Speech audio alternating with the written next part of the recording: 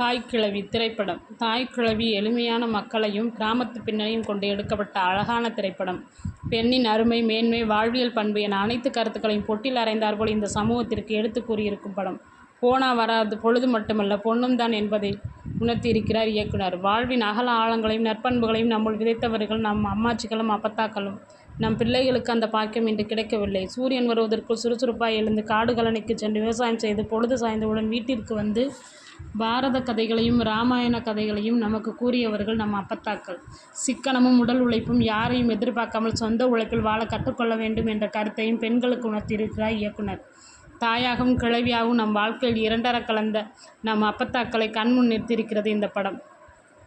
பெண்ணின் சுயமரியாதை அவள் தன்னம்பிக்கையோடும் தைரியத்தோடும் வாழ்ந்து காட்டுவதில் தான் இருக்கிறது என்பதை தெளிவாக சொல்லியிருக்கிறது இந்த படம்.